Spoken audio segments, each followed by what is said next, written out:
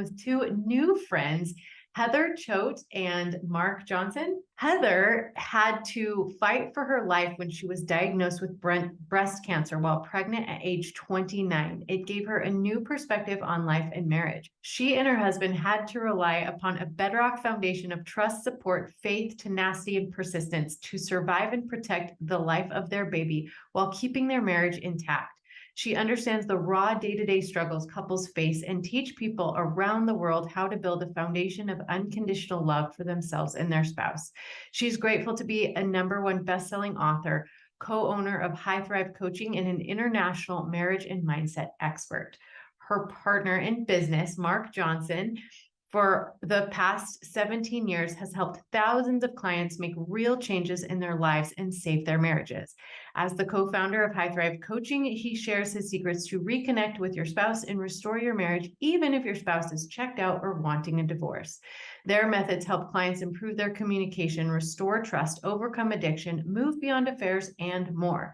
After a spectacular failure and nearly losing everything, he's learned how to use his failures in relationship and life as tools to springboard success. Welcome, Heather and Marc. How are you guys doing today? Doing really awesome. Thanks for having us. Doing Yeah. fabulous. Grateful to be here. Yes, I am so excited to get to know you guys better and how you serve your clients. So I will start with the question that I'm asking all the experts on this summit, and that is, if you had the undivided attention of all the married couples in all the world for just a few minutes, what is the most important concept you could teach them about how to live happily ever after with their spouse? So I would, first of all, just say, good job for being here. Good job for being someone that is seeking for solutions in your marriage, and just really honor yourself for a minute for taking the time to come to a summit like this. Monica's doing an amazing job of creating this space where we can share and learn from each other. And so you're amazing. Like, good job for showing up. Good job for seeking for answers. Good job for doing something. Studies have shown, like 50% of marriages, over 50% are ending in divorce. Most people know that. What most people don't know, our studies also show 92% of couples that stay together say that they're unhappy in their marriage. So if a lot of you people are feeling like, I'm not so happy in my marriage right now, you're not alone, because that's the majority of everyone out there. So good job for being someone that's willing to do something about that and to learn some new skills. Why are 92% of people out there not having a successful, happy, and healthy marriage? I believe is because these skills are not being taught. And so give yourself some grace that you haven't known how to have a good relationship and how to have your happy after. And give yourself some grace that, you weren't taught that. But the good news is that you can learn, because what those 8% of happy couples that, you think you're having their happy ever after, and they are, you can learn what they're doing and you can model after them. And so that's the really good news, is that you can learn these things and you can empower yourself by learning just a few things and how to do things, a few things differently. You can really get some different results in your life. So I would, first of all, give yourself some grace. You're not a failure, right? Your marriage isn't a failure. It just means that you have some things that you can learn. And when you determine where you really want to go, think back to when you were a kid and what your happily ever after looked like. What did it feel like? What did you imagine it would be like? Reconnect with that story and that vision that you had. And I know that can be painful because it can feel so far from where you are right now, but really understand that you can get there when you commit to it. And when you make that kind of decision, like, there's something in my soul that's been speaking to me for a long time, saying that this is possible. I just need to find out how to get there. When you make that kind of commitment and you listen to that part of yourself that's like, I know that I can have a healthy relationship. I know that I can be loved and accepted for who I really am. And you make that level of a choice, then the way to get there always shows up. It always makes itself manifest. And that's going to look different for each of us. But just know that when you make that level of commitment, saying, I got to do this, something in my heart and my mind is saying, there's more for me out there in my marriage. There's more for me to experience in this life. Then the teacher will show up, right, when the student's ready. And that's why we're here, is to help guide people a little along the way. and help you guys get there and understand the things that you've been missing up until this point. So my message would be, one, that there's more hope than you realize, and to really listen to that part of yourself that knows truth and knows that there is a possibility for that happy ever after. That's the first step, is getting more hope than what you have right now. And then from there, you can start out on the journey of learning how to shift from where you are to where you really want to be. So good. And I'll let Marc answer the question as well, but that breaks my heart. It absolutely breaks my heart that 92% of people report that they're unhappy in their marriage. And it doesn't have to be that way, because there is help out there available. So thank you so much for that. So I'll keep my answer a little bit briefer here. Mostly, I'm thinking to the question here, like what's really needed for that happily ever after. I was hearing little bits of it even from Heather, and something I really agree with is that just the concept of needing to invest in the relationship. I think it's really easy, very common for other things to get in the way, especially if you're getting married younger, and other stressors get introduced, like children and your career developing, or any number of other things. I mean, it's really easy to stop focusing in on the relationship and start prioritizing the squeaky wheels that are right there, right in front of you. I mean, and over and over again, when I read all these marriage self-help books, almost universally, somewhere in there is some sort of concept along those lines, like, hey, you actually got to put in some time, you got to put in some effort. I know for my wife and I, we really make sure that we like almost protect our relationship from those outside forces, even our own children. Like, so sometimes it's just we put the walls up and be like, kids, you're going to fend for yourselves for a bit, and we're going to be focusing in on each other for this brief period of time. But I think I have a lot of like a optimism with relationships, and I think that most people get married for good reasons. They like each other, and for the most part, if you're putting in the effort in a relatively normal relationship, then most cases that's all that's really needed to have that happily ever after, in my opinion. Sometimes we have to get it like, all the problems out of the way, but I think for all the non-complicated sort of marriages, I think that's mostly what's needed. Yes, I agree. So important to invest that time, and agreed that your children can and will fend for themselves. It's really good for them to be able to fend for themselves while mom and dad are connecting, right? Yes. I love that. So I like to give our viewers some really practical things that they can do. So you guys have 3 steps to resolve an argument and make your spouse feel understood. Can you share those with us? Yeah, so this comes from the drama triangle, if anyone's familiar with that. The drama triangle is these 3 roles that we tend to play in: victim, hero, and persecutor.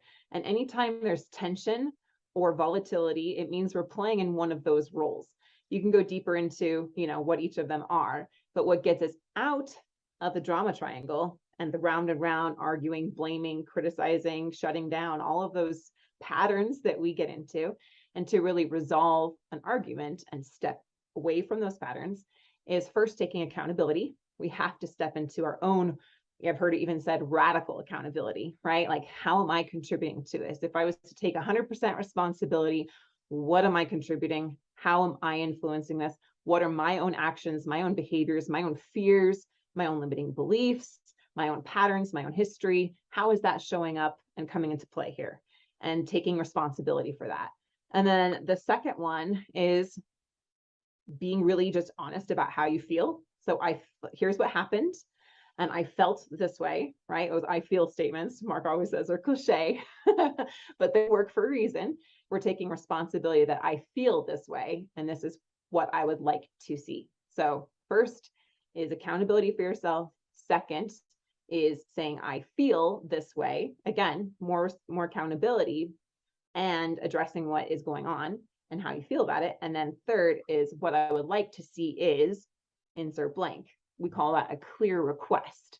So instead of pointing the finger or saying you need to change, what I'd like to see is, whatever the situation is, maybe it's, I would like to see that we both support each other equally with the kids and their homework. Or I would like to see that at the end of the night, we put down our phones and spend 15 minutes together. Or what I would like to see is when I'm really emotional, that I feel like you're there for me. I would like to feel some safety, and I'd like to see that this way. Can you support me in that? Can we work together on this? And so that's a great way to take accountability, make amends for your parts, show some humility, and then share how you're feeling about it. Again, taking responsibility for that, addressing what the issue is, and then saying what I'd like to see is this. And then hearing your partner do the same thing, so that then you can come together as a team to address the issue. And what we found is that really diffuses a lot of the emotions and the triggers and the blame game that can kind of go on, and the defensiveness, so that instead of it's you and me against each other, we've all felt that. Now it's you and me against this issue. Let's get on the same side of the table here. And let's remember that we are a team. We are a partnership. And there are always going to be things, at least as far as I've known in my 37 years and 17 years of marriage, and working with clients in their 80s. I was talking to an 82-year-old a couple weeks ago. There will always be things that are going to be triggers for us. There are always going to be things that could cause us to be like this at each other. But when we remember, hey, we're a team, it's really you and me against this issue, that helps to diffuse and heal arguments. That is so good. I always talk about getting on the same side of the issue, right? Like, do not, go against each other. You guys are on the same team, and the conflict is on the other side, right? So good. And I really like that. What I would like to see statements. I hadn't heard that before. So I think making those clear requests like that, but what I would like to see, not you have to do this for me to be happy or whatever. Those are really valuable. Do you have anything to add, Marc? I mean, I think that this sort of principle is, we can really go as deep as we want on this. I really like the concept of it's Cartman's drama triangle, and just all that encompasses.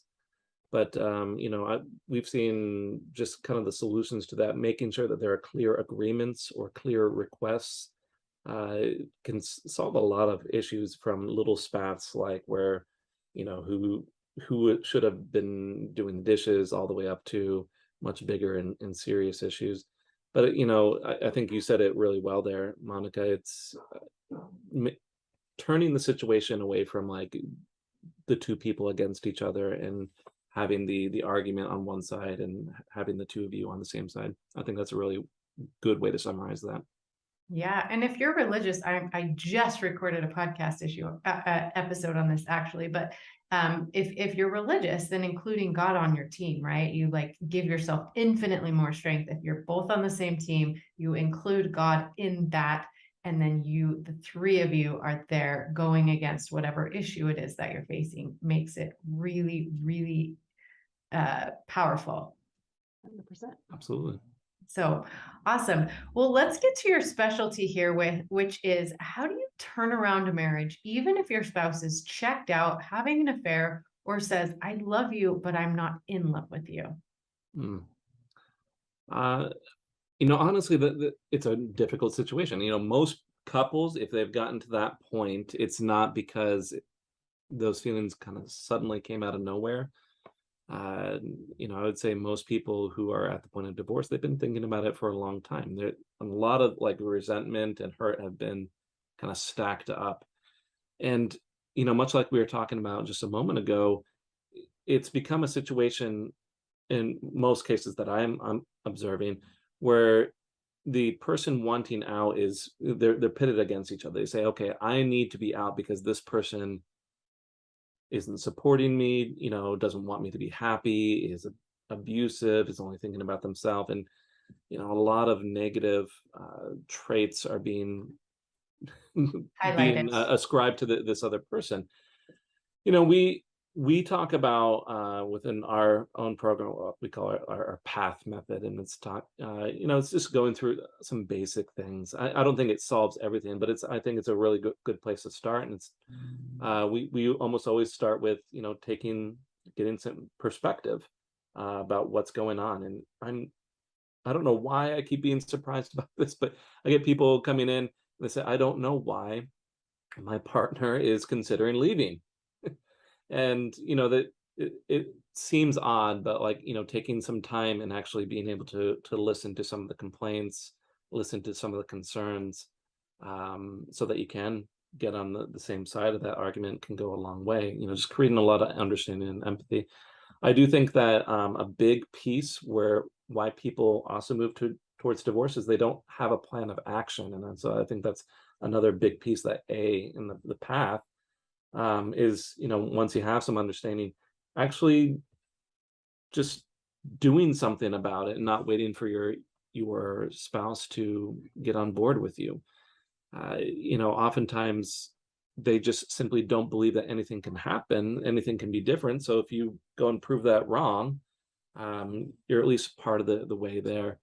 And I'll admit, this is where I think our acronym kind of breaks down a little bit. T for telling a new story, but it's a little bit wordy with That's there. But important. That is an important. I teach that as well. Like, what is the story you want to be remembered yes, for? the What do you principle is keep important. repeating? I Yeah. always criticize our own stuff here sometimes, maybe a little bit overly much. But you're right.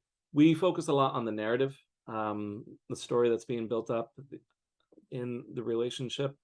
I mean, this is a big idea in a lot of programs. I mean, if we look at got contempt is like a big one there, and that's what Yeah. is that? It's this negative story that's been built up around your partner, and just all sorts of ideas and theories kind of point to the same thing, that you need to have a good view of your partner. You need to have some positive regard towards them if you're going to fix anything. We use like what we like to call home messages, essentially affirmations that we build up within the relationship that are consistent, conscientious, and backed by action, to help build up some of that narrative. And so we oftentimes help our clients kind of decide, okay, what kind of messages are we trying to build up? What kind of story are we trying to build up? And how are you actually showing that story in the relationship? How are you communicating that story effectively? And then lastly, it's just building up hope. And it's a lot about mindset, that H there, the hope. We have a lot of clients who come thinking that everything's over, all hope is lost, and it doesn't really present a good platform for healing. If you're showing up desperate and needy and depressed, and who's going to really want to jump right back into that when there's all these problems stacked on top of that? So this is usually where we start. Of course, it's easy to reduce everything down to like a simple few steps when we know that relationships are complicated, but it's a good place to start, we think. Is this your method, the path method? What makes it so different, and how does it differ from traditional therapy then?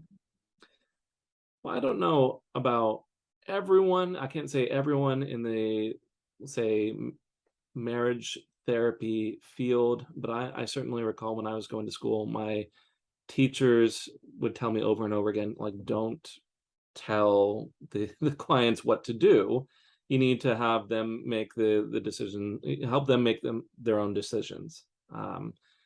And so, a lot of what we're doing is like, we have people coming in, and they're just kind of bouncing all over the place. They're not really sure what to do, and so we give them a lot more structure. We give them a lot more clear-cut steps. It is a therapeutic process still, but we offer a much more guided hand on how to get through some of these hurdles. But even beyond that, I do think that much like we were talking about with the path method, and you're acknowledging it yourself. You're saying, hey, that story is really integral, and I think we do focus a lot more on that story than other people or other programs that I've looked at. Heather, I don't know if you want to add anything onto this here. Yeah, so every week I do a live masterclass, or every other week. And so I've met with now thousands and thousands of people. And I've listened to a lot of the things that they've tried to do to solve their problem, which is to their credit that they're out there wanting to improve things. In fact, I can feel from them so many of them, how their heart is so into it and they are doing everything that they can to try to turn things around at this point. And many times they're often even exhausting themselves trying to get things to work, and they still aren't getting anywhere, which can make them feel even more hopeless. How am I ever going to turn this thing around? Right. And so when I talk to them and I'm like, okay, what have you guys been doing? And first at the top of the list is almost always trying to work on myself. That's a really big buzz phrase out there. I get where it's coming from. It's self-improvement's good. We want to become the best versions of ourselves. But the reality is almost everyone else out there is working on themselves. Like almost everyone is improving themselves in some way. And that in and of itself simply isn't enough to turn around a marriage if your spouse is saying, I'm out of here, because A, it just takes too long. Change is hard. It takes a long time. And B, they either, either they see the changes and they don't care, or B, they don't care. They don't even see the changes, right? So we have to do something a little bit different. And the other thing I often hear is, well, we're doing the therapy and or this other program or this self-help book. And I did all the self-help books, I did therapy, but if your spouse is unwilling to do it with you, oftentimes that leaves you in a little bit of a lurch. Like, what can I even do about this? And so what this is designed to do is help you get to the heart of the problem really quickly, even if your spouse isn't willing to work on the marriage with you. So oftentimes, Marc, would you say it's about, I've talked to you about this before, about 85-90% of our clients usually start on their own. Yes. Which is different from a lot of other therapists and other things out there that won't even take you unless your spouse is willing to come to sessions with you, right? They need both people on board because it is challenging to turn things around. But we have about 90%, 85% of our clients start alone. And so we help show you what you can do, even if you're the only one willing to work on it right now, to get your spouse's attention and to turn things around, not in years that therapy usually takes, but within weeks, like seeing the markers of change within weeks. And then, from there, making the full marriage restoration takes more time than that. But seeing things happen very quickly is what we're really about. So giving people practical action steps to take. I think if we were going to add one more thing, like we're talking about the differentiator here between us and therapy, we also tend to offer a lot more support. We have daily group calls. We have, a program for 24-hour return on like email responses. We have video training programs and worksheets, and just beyond just the individual sessions, we have a lot of extra support where if they had a fight the previous night, they can jump onto one of these group calls and get some immediate attention from one of our team members that day. So yeah, lots and lots of support. Yeah, that's really something. So why do you think most people think that there's no hope for their marriage once their partner wants out? Yeah, so that's such a common thing, right? We hear from so many of our friends or advice from other people that if your partner wants out, there's nothing you can do. We often hear things like it takes two to tango, right? And so that just leads into the belief that your partner holds all the power here. And it's really robbing us of our own personal power.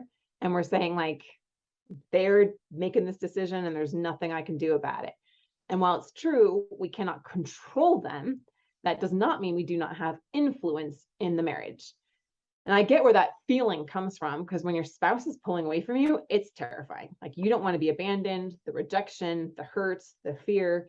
It feels like your spouse is calling all the shots, like they're holding all the cards. And it's very easy to go to that victim role in the drama triangle, right? And feel like there's nothing that you can do.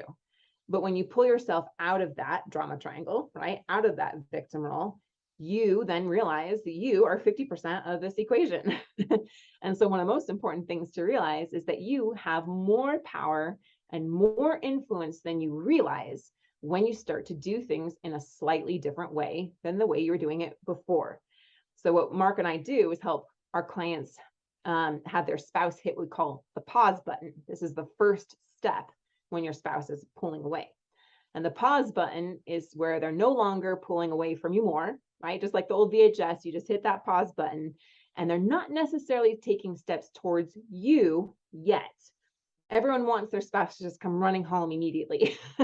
And we wish that we could do that, but it's just not how it works, right? It has to evolve more naturally. And so that pause button is really powerful. When they hit that pause button, it means they're contemplating the possibility of coming back to you, of being happy with you, but it does not mean that they're decided yet. And so that's a really important step there, that when your spouse hits that pause button, gives our clients so much hope, because they're no longer pulling away from you more. They stop talking about divorce. They stop talking about separation.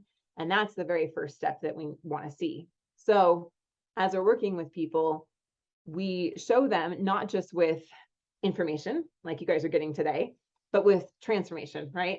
We're going to get into your marriage, into your actual experience, and show you with action and with results that this is working. And that then moves it from like a belief or maybe a hope to knowledge. Like, okay, I'm actually seeing results here. And that feels very different than what I was talking about a little bit earlier, with people exhausting themselves trying to make it work and feeling more and more hopeless, right? And so shifting that mindset there, that there's nothing I can do, to I realize I have an immense amount of influence here, and I'm seeing that my influence is helping my spouse not pull further away from me. More often than not, it's unintentional, right? We're doing things that are unintentionally pushing them further away.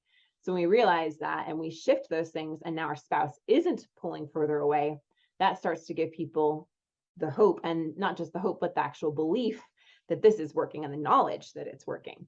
And then it gives them a lot of positive momentum, like, okay, I can get to the next step. The next step is where your spouse starts to take steps towards you. And then that feels really good, because now they're not just like being manipulated to come back, or you're fearful and desperate trying to get them back. They're actually wanting to be with you and wanting to spend more time with you, wanting to talk about things, sometimes even inventing excuses to be around you. And that then feels really fun and fulfilling. And then from there, we build deeper level of connection. And then the final piece is solidifying that connection with commitment. But commitment's the very last piece. And so people often feel hopeless. The question is like, why do they not feel any hope? Because they want the commitment first. And like I said, we can't go for the commitment first. It's too far a jump from where you are. So that's why we go through those 4 markers there and get them to the pause button and show them with their own reality that this is happening. And that gets them to a lot of positive momentum, builds up even more belief in themselves and empowerment that they have so much that they can do here to influence what's going on, not control their partner.